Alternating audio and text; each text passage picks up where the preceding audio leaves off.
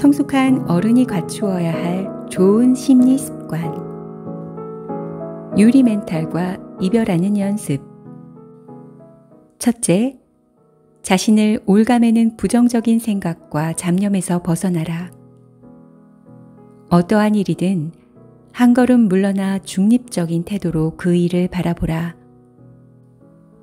그러면 자신의 마음을 들여다보고 생각을 정리할 여지가 생기고 그만큼 충동적인 행동을 피할 수 있으며 그렇게 조금씩 심리적 유연성을 길러나갈 수 있다. 우리는 좌절을 맛보았을 때 혹은 극심한 스트레스에 시달릴 때 자신에게 비난의 화살을 돌리곤 한다. 그러나 문제는 이 같은 비판성 자기반성이 꼬리에 꼬리를 물 경우 좀처럼 그 생각을 끊어낼 수 없다는 데 있다. 생각은 어떻게 생겨나는가? 우리가 어떤 일에 반응하려면 반드시 그 어떠한 일이 발생해야 한다. 그런 의미에서 부정적인 사고를 멈추는 첫 번째 방법은 생각이 싹 트는 첫 단계부터 손을 쓰는 일명 사고정지 기술을 꼽을 수 있다. 이는 부정적인 생각이 꿈틀대기 시작할 때 곧바로 일시정지 부호를 떠올려 생각에 제동을 거는 방법이다. 예컨대 도로에서 흔히 볼 수 있는 빨간색의 정지 표지판처럼 시각적으로 빠르게 자신의 주위를 환기할 무언가를 떠올리는 것이다.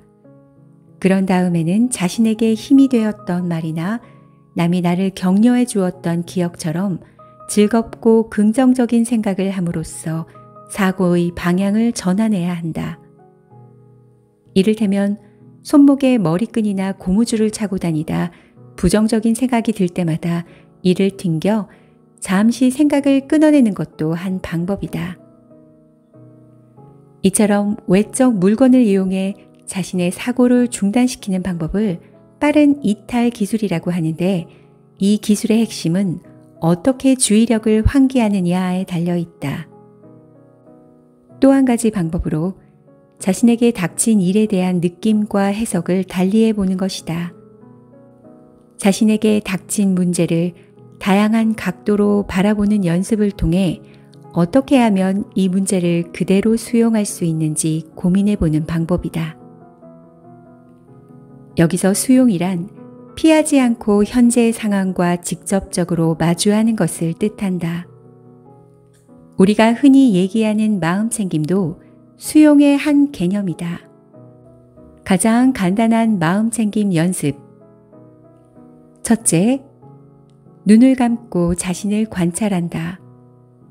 둘째, 심호흡 후 자신이 강가에 서 있고 그 강에는 자신의 머릿속을 떠다니는 생각들만큼 많은 나뭇잎이 떠 있다고 상상해 본다.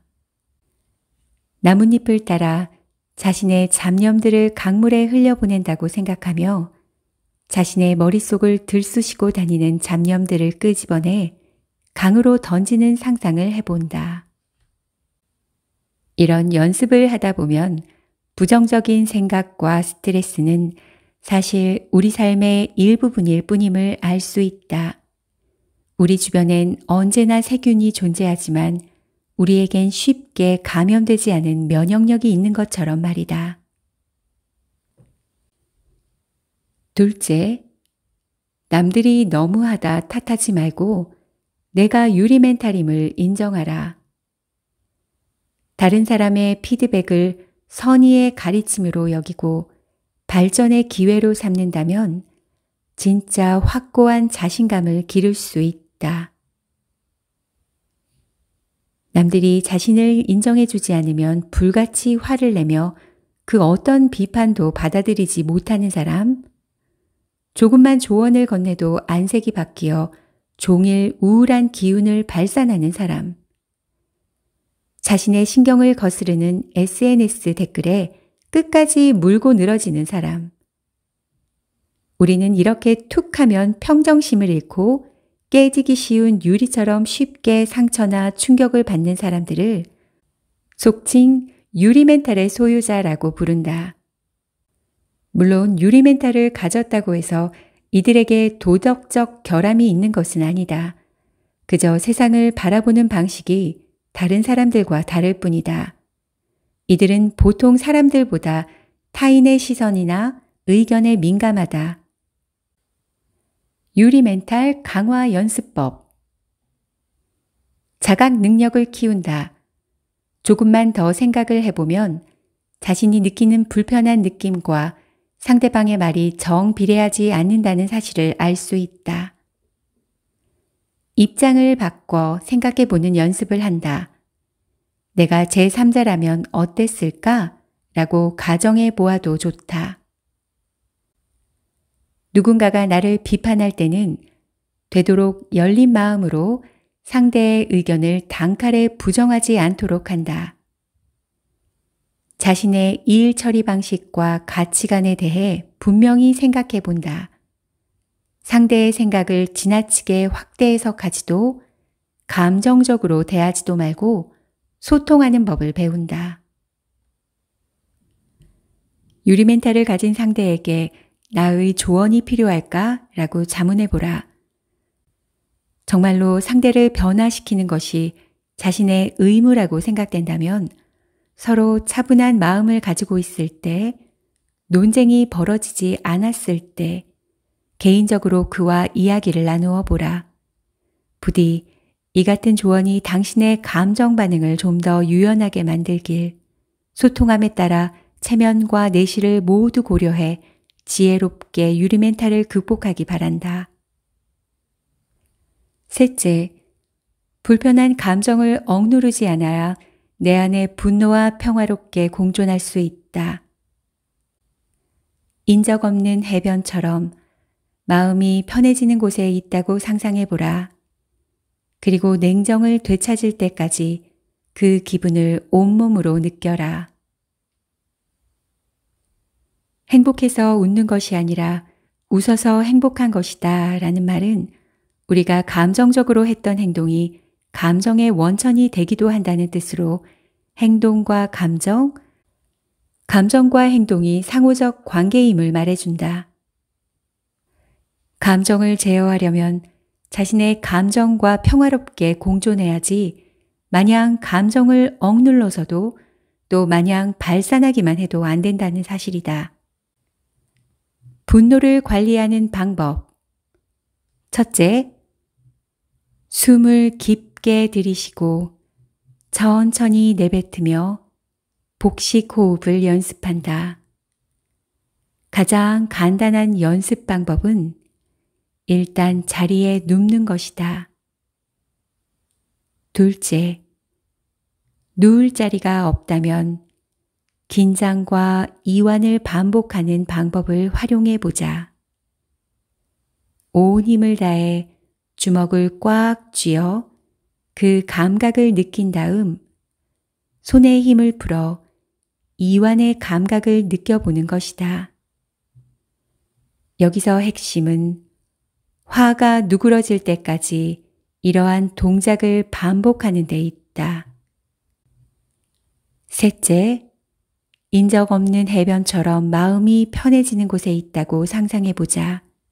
그리고 냉정을 되찾을 때까지 그 기분을 온몸으로 느끼자. 절제력을 잃지만 않는다면 분노는 매우 중요한 감정이다. 우리가 나이를 먹는다고 해서 반드시 지혜로워져야 할 필요는 없다. 그러나 분노를 지킬 줄 알아야 한다. 넷째, 나와 잘 지내려면 먼저 나 자신을 아껴라. 자신을 탓하며 스스로에 대한 믿음을 깎아내릴 때가 아니라 자기 자신을 이해하고 받아들일 때 비로소 내가 가진 약점을 극복하고 장점을 극대화할 수 있다. 연구 결과에 따르면 우리는 아침부터 저녁까지 머릿속에서 쉼없이 자기 자신과 대화를 한다. 또한 우리가 의식하지 못하는 순간에도 하루에 적게는 12,000개에서 많게는 5만 개까지의 생각과 평가가 우리의 머릿속을 스쳐 지나간다고 한다. 심리학자들은 이러한 현상을 자기대화라고 부른다. 긍정적인 대화와 부정적인 대화, 중성적인 대화가 혼재한다. 잘못하면 부정적 순환에 빠지기 십상이다. 일이 뜻대로 되지 않으면 이 바보 또 실수를 저지르다니 넌 어쩜 이렇게 멍청하니? 라는 생각을 가지며 자신을 자책했던 경험. 실수와 자책을 반복하는 부정적 순환에 빠지는 것이다. 그리고 순환이 장기화되면 만성 스트레스를 초래해 몸과 마음의 병을 키우고 만다.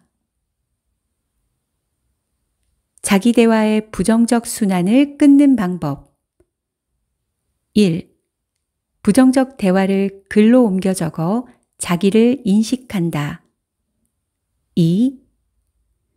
2인칭을 사용한 긍정적인 대화로 자신을 격려한다. 3. 혼잣말을 두려워 말고 용감하게 입 밖으로 내본다. 나와 잘 지내려면 먼저 나 자신을 아껴야 하는 법이다. 당신은 할 수 있다. 그러니 부디 앞으로 펼쳐질 매일매일을 조금 더 긍정적으로, 조금 더 자신 있게 보낼 수 있기를 바란다.